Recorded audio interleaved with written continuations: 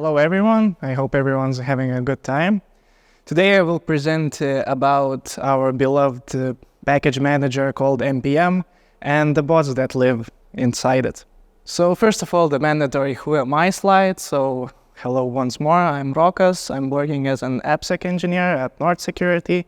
And one random fact, I like chasing random wounds. How this research was born? We probably all know NPM. It's a node package manager, and it's known for having some security issues, let's call. I think everyone heard about NPM package hijacking, typo squad attacking, and other flashy titles. How this research was born? So, first of all, I browsed some bug bounties, and I wanted to find a vulnerability that's called a dependency confusion attack. For those who don't know, it's a vulnerability when some organization use a private package manager and have private packages. They expose them in their applications, and if the server is misconfigured or the package isn't claimed in public NPM registry, an attacker could publish the same package with a bit higher version, and this private package manager will pull the package from the public registry, and you can do a lot of funny things like remote code executions, supply chains, and then whatever you can think. So I was browsing just random bug bounties when I found one possible candidate for this attack, and I published the package. I got some callbacks quite fast, and I thought, well, that's easy. So I checked the information about IPs, and the funny thing, those IPs were from China, and that company didn't have any relations with the Chinese organizations or anything. So I started digging more. I published more packages, and I saw the same IPs. So that's a bit weird. I googled a bit, so found that NPM has a package bots that just scrape NPM and collect packages. So that's quite interesting. Why do they do that? And what's the reason, basically? So how this research was born, but that I wanted to explore it and published a package that enumerated these bots and found some environmental variables and stuff like that. And I thought that I can just push a reverse shell or anything and connect to that bot from inside and explore it more. To investigate this, I raised an objective to get inside these bots, find what and why they are scraping these NPM packages. To accomplish this objective, I sketched up a quick 3-step plan to enumerate bots, split them in categories, gather information about IPs, drop some malware according to bot OS, and pillage for information, just any stuff that I could find. And before getting into hacking these bots, I needed an infrastructure, so I chose a simplistic red teamish infrastructure where I published my C2 server on the VPS, connected from an external device, generated some payloads, put them in C2 server, so that NPM package could pull them out and execute the malware inside these bots. And for the C2 server, I chose Sliver framework, as it was pretty easy to use it, and I could generate simple payloads for every OS. So let's move to the first step, is enumeration. I enumerated these bots, and I could split the results into 3 categories: by country, by OS, and by assumed purpose at first. So by country, we can see the standard trio: USA, Russia, and China. They had the most bots. OS, only 2 OSs dominated, which makes sense: Windows and Linux, as Mac is not really that popular for creating bots and hosting it all on the cloud. And by assumed purpose, so I saw that by dumping environmental variables, and there were some clues. So by purpose, we can see that we will deal with some malware scanners, with mirroring bots. That's mostly Chinese, because Chinese love copying stuff and making it into Chinese versions. So they scrape NPM, they put everything into their Chinese NPM. And others were unknown, so they were the most interesting ones to explore. So we have the main information that we need, so let's dig into these bots and talk about some examples. Well, at first I thought it's a normal user is named Justin. Why Justin? Because his username on the PC was Justin. I did the plan how to check these bots. So first of all, checking the information about IP address. So I checked into abuse IP database to see if anything suspicious. In this case, nothing was found. It's pretty clean person for now. The OS was Windows 10, location USA. And another thing that I needed to exploit Windows machine is check the Defender status. So I dumped the Defender settings and found that real-time protection is off. So it's pretty easy to dump anything and run anything. So I didn't have to put any extra effort and I could just publish my basic payloads there. So I did that and took the initial screenshot. We can see his environment in this screenshot. From this picture, we can see clearly what he's doing. So he's downloading package, creating a directory for output and logs. Then he is calling the binary called detonation VM task.exe with path to my package and some variables from the config file. And after that, we can see that he executed and started doing some analysis on it. Quick Google search about this detonation VM task led me to the result that these detonation words and VMs are translated into checking malware in the virtual environment and basically detonating random binaries. So that was pretty easy. Justin isn't very bad guy. He's actually doing us a favor and scanning these packages and how they behave at runtime. Let's move on.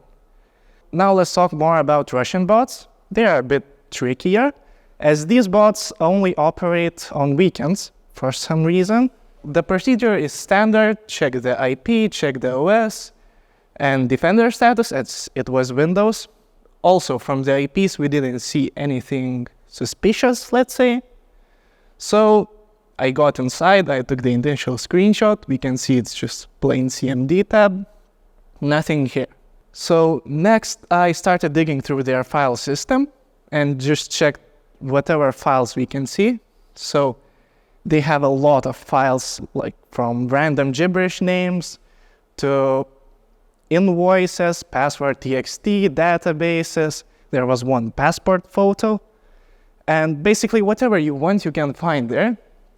And that struck my curiosity. I thought, why do they have these files? And it's interesting to see what's inside them. So I did that. I downloaded the files that screamed the most sensitive information. There were Russian word lists of passwords, the databases, the invoices, basically whatever you want you can get from these machines. Actually, here you can see a few screenshots. So the first one is passport, which from the contours we can see that it belongs to some women. And then here's the databases about user emails, well, not really emails, it's usernames, and the passwords. These passwords also weren't encrypted, so they were just sitting there. And the thing is, these all files had one unique thing. They all looked quite fake, because these organizations didn't exist in real life. Well, passwords were just random gibberish in Russian.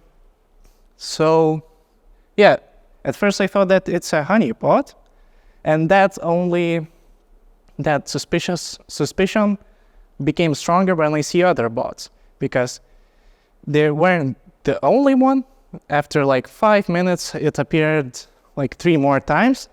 I got inside every one of them, and basically the file system is the same on each and every one of them. So Russians use honeypots. After some time, while I was exploring these things, I started getting some callbacks from IPs that I didn't know about. So this was pretty interesting because one thing that they didn't download my NPM package, they downloaded my payloads directly from the C2 server and executed them in the VMs. So I took the screenshot and I saw that, this is analysis stuff, and someone is analyzing my binary. As we can see, he opened Process Hacker to check the running processes and other standard stuff. So I wanted to have fun, so I followed his process. What does he do? It's pretty standard stuff. He is dumping strings, checking for post requests and other ways how my binary communicates with outside world, using Fiddler to check traffic, and yeah, just standard stuff. I got bored quite quickly, and I started to communicate with him by creating files on his desktop as he wasn't in the full screen. Actually, don't know if you see it, but there's a red square with the file that I created and named it, "Why are you analyzing this?" Because in the description I clearly stated that it's a malware, don't download it. It's just for research. At first he didn't see this or just ignored it. So I created more files like, can you please put the results into this folder and to share with me? After that, it's two things. Either he got quite annoyed or he got scared and closed my process. So I lost the connection and never saw him. So that was pretty sad. I didn't get the results. What did he find? But I saw the results in the internet and got my own special little place in Snyk and other similar website databases that the very bad NPM package is indeed very bad NPM package, and I got banned from NPM. So that's a bit sad. What else can be done? As this was mostly an initial research where I just tried to find some files and other stuff, there can be done a lot of things. So first of all, we can monitor these bots and collect information about new ones for threat intelligence purposes, to have a list of bots that scrape your packages and maybe some malicious ones appear. Another thing is check other package managers, as these package managers also have the similar scripts, but they don't run automatically on the installation flow, they run at build time. So it's also could be possible to do something like that. And another thing is to create our own bots, for example, for secret scanning. So I did that. I created a simple POC bot that basically checks the NPM registry for new packages updated or published in the recent times.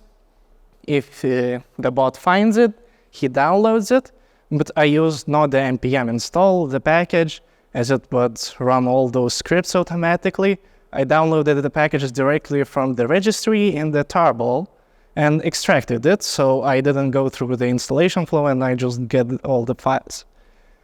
After that, the bot runs a nosy Parker scan, which is a tool to scan for the secrets. If he finds some secrets, he reports the details in the Discord server. So I ran it for some time, and surprisingly, I got some results. So here we can see some exposed GitHub personal tokens, which were valid at least at the time, and you could see the GitHub of a random developer, so you can publish something for him if you want. Another thing was a NPM access token, which was also valid. And the funny thing is that this NPM token was exposed in Travis YAML file, and next to it there's a keyword secure. And this NPM token was from a package that had 17,000 weekly downloads at the time. So if you would publish anything, you would get a pretty good reach and you can do some funny things. So yeah, we can see that these bots could be quite beneficial for bug bounties or for some malicious stuff. And let's go to the conclusion. So nothing new, NPM has flaws, and letting to run these auto scripts on installation flow is just calling for bad things. Another thing that internet is infested with suspicious bots, but these bots are not always bad. They sometimes do a malware scans and help us clear the internet, but there are also other suspicious ones. Another thing that I saw in an article that stated that Russians are hackers, hecklers, and honeypots, so we can confirm the honeypots part, as all the Russian bots were basically honeypots. And last but not least, by publishing malware through NPM, you can get attention really fast, as we saw that I got entry into Sneak database in about 1 day. So if you want some publicity, you can just publish your stuff to NPM and you will get some. So I guess that's it. Thank you for your attention, and let's welcome the next speaker. Hey, I really hope that you're having a good time right now. You're feeling refreshed and you still have energy for the last 20 minutes for the presentation. So I guess I would like to start with some questions first. How many of you are familiar with like MQTT protocol or how it works? Maybe you have some IoT devices in your home, maybe a smart fridge that connects to Wi-Fi. I'm looking at you, Žygimantas.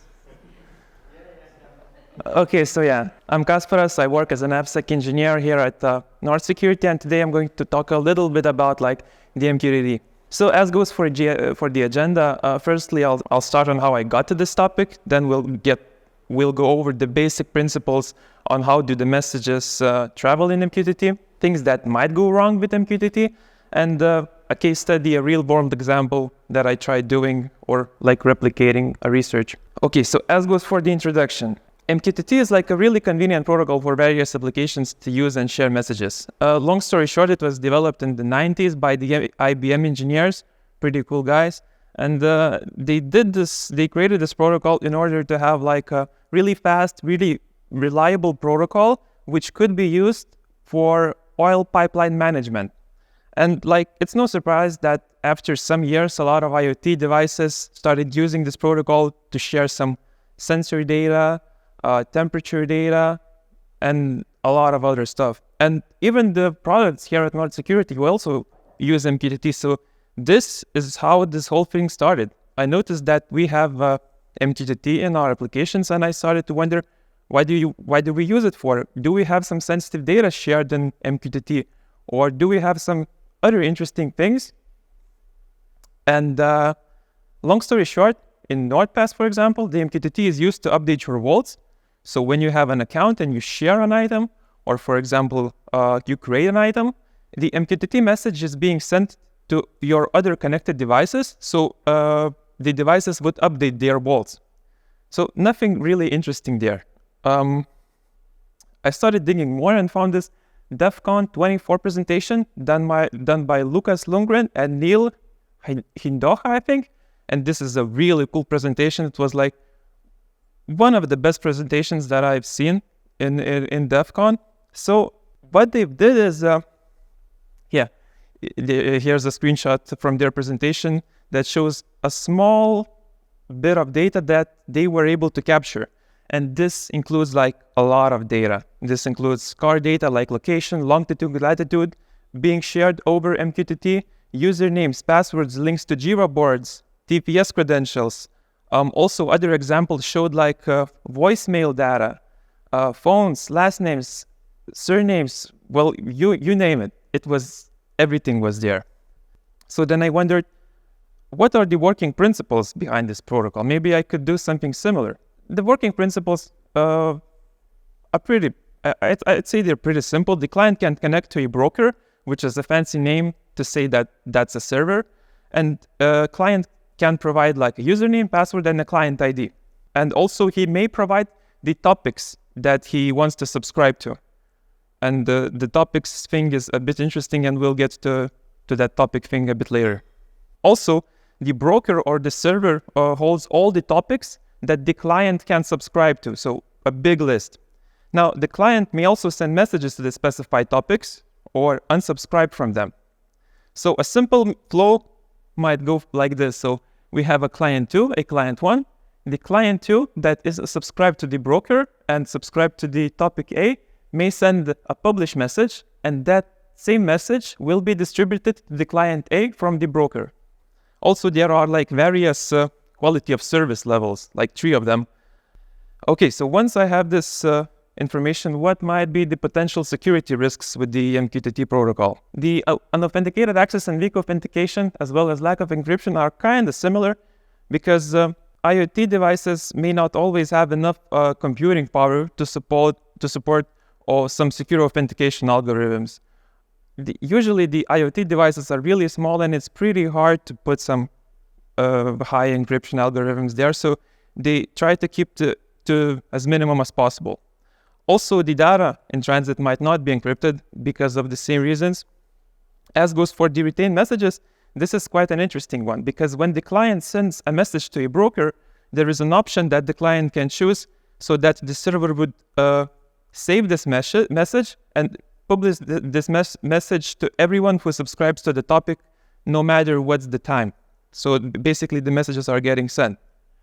And then we come to the denial of service stuff, because if we save a lot of these retained messages, there's a possibility that once another client connects, the server has so many messages that he must distribute all of them to the client, and either the client or the broker may crash at some time. So this gets a little bit more interesting. However, the most interesting part was the unrestricted topic access. As goes for the MQTT topics, it's an interesting thing because a client may subscribe to topics that he knows. But also there's this hashtag symbol that allows you to subscribe to all of the topics that are available. And if, for example, the developer thought that nobody's going to find this topic, well, with the hashtag sign, you're getting everything. Every data, every sensor data, every temperature data, everything is there. Okay, so once we have these basic principles, I was interested to compare the data between the presentation in 2016, which was in DEF CON 24, and now. So I wanted to collect some servers, check if I could connect to any of those servers without any authentication, and subscribe to all of the topics. So as goes for the statistics, this graph shows the most popular servers that were the most popular countries that had most servers in 2016. And as you can see, these blue columns, these countries had the most servers in 2016. In 2023, the whole numbers skyrocket. And at the moment, the country that has the most servers is not even shown here, but it's Korean Republic, which has like around 360,000 MQTT servers registered in the country. And now we can see the total amount of MQTT servers in 2016 and 2023. So, for example, in Shodan.io, in 2016, it was in this platform, it was possible to see around like 18K servers, and now we're able to see like more than 530K. So basically what I'm trying to say, the growth of MQTT is astronomical. Out of these 500K servers, I queried like the 60K that were connectable, that didn't have any username or password requirements, that would connect straight away. Eventually, around 10K servers from those 60K servers were picked and combined from countries that had the most MQTT servers. So, for example, I picked the United States, Japan, China, which was like really interesting, and I also picked Lithuania because that's where I'm from, and I wanted to see how we stand in the terms of MQTT. The question stands: did I collect some data from those servers? And of course I did. So the most interesting, well, we'll start. Once you connect to the server, a lot of those servers provided some Wi-Fi username and passwords together with their names. There was also a really interesting case with the retained messages, where a certain provider in the United States, which provided those really tough rugged devices to the manufacturer sites, had retained messages which showed data about their employees, and the data had first names, last names, middle names, RFID tags, badge numbers, passwords, usernames, emails, and yeah, I think that's it. But yeah, basically a lot of data to do some things, and I checked if that company had responsible disclosure program. It did have a responsible disclosure program. I reported, and I got no response. So 3 months passed, no response yet. I really hope that, and also there's a possibility that this might have been a honeypot, but I don't know. The company looked pretty legit. It had real products. The web page looked pretty cool. So yeah. What else can we find in MQTT messages? So here's an example of an XML document with some staging website blurred together with the username and password for that staging website. Junos events posted into MQTT servers. This also was an interesting case because a company in the United States that sold market data, stock market data, right? Yeah, had around 10 MQTT servers that posted their whole Junos logs into the MQTT, and the logs were pretty interesting as well, because from those logs I was able to see that it was being brute forced because it's saying login failed per user rules from host, and this is the IP, and a lot of Chinese IPs appeared over there. Also some services were running, so you did know that they had Prometheus, for example, running there. Also, another question arises then, perhaps this is another honeypot, or maybe it's a honeypot. So I got to their website because they also had a website, contacted, well, they didn't have a responsible disclosure program because that was a bit sad. But I contacted their support and asked me where may I report the findings.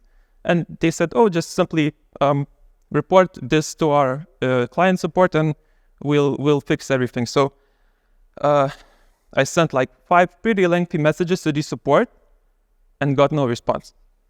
And around 2 or 3 weeks later, none of these servers were accessible. So I don't know, maybe it was a honeypot, maybe it was a legit vulnerability, but I got no response from them as well. Okay, also an interesting thing.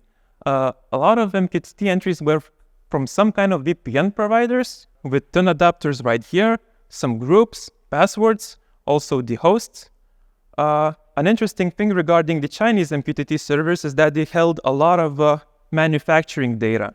So a lot of data from companies that, I don't know, make some stuff, and they post when some detail is being done, the status of the detail. A lot of post services were open to MQTT, so you were seeing when the parcel is coming from where to where. You could decline or accept this parcel.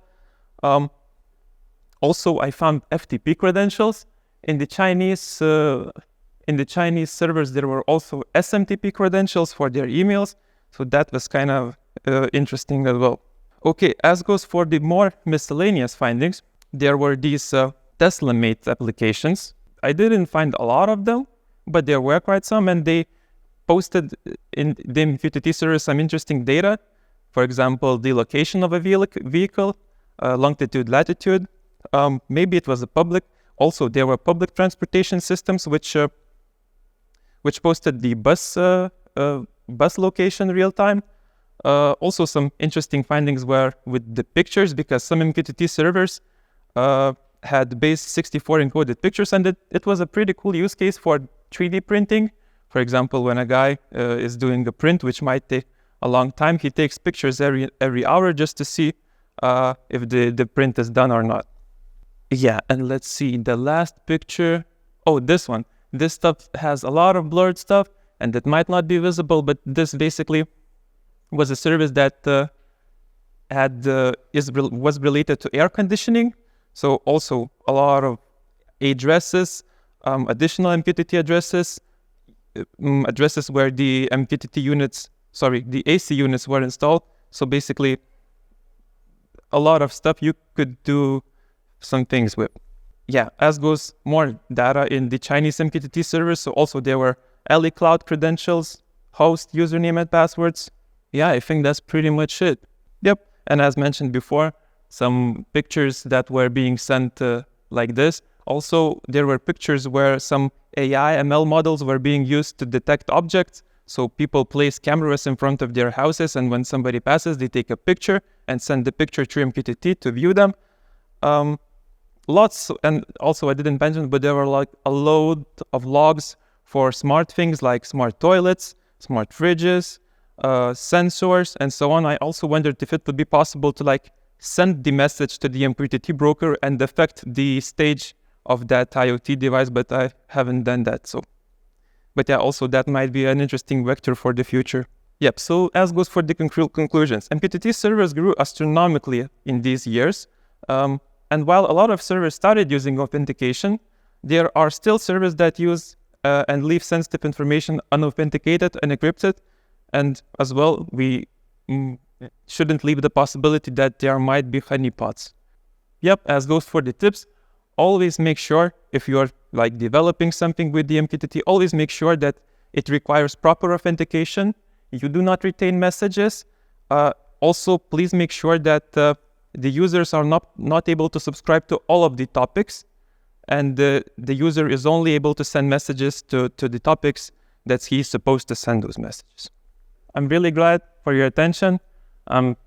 We may also talk after the whole presentations with a beer in our hands. Thank you very much.